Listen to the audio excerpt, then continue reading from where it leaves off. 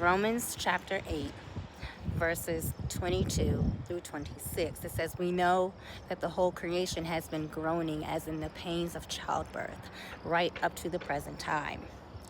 All right, so Paul is not writing to people who are sitting in comfort.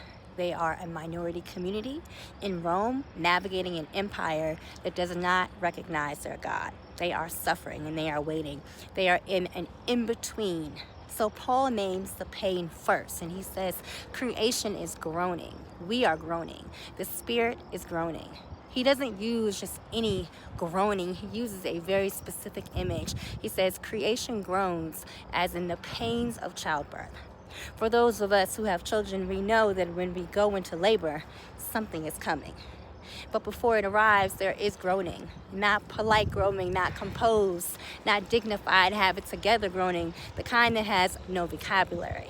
The pain is so great that you can feel it in your throat.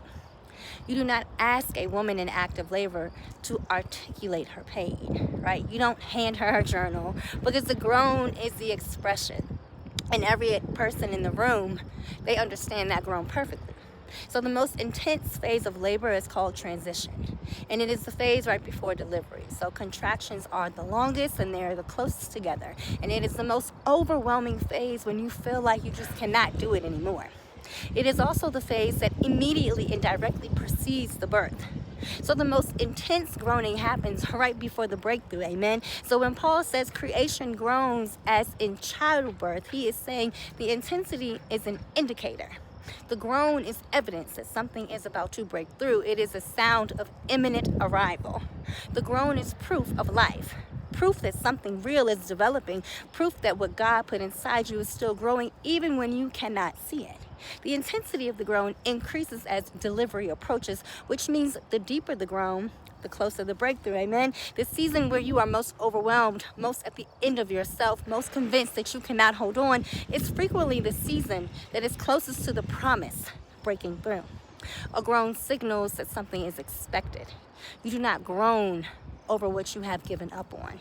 Your groan is what you are still believing for. The groan is the body's declaration that something is coming, that it is worth the pain in the process. Your blessing is about to be birthed. Your breakthrough is about to be delivered, and your groan is an announcement to everything God is restoring in your life. So if you're ready to name what was taken from you and receive what God promised to give back, grab the 21-day healing journal by clicking the link in my bio.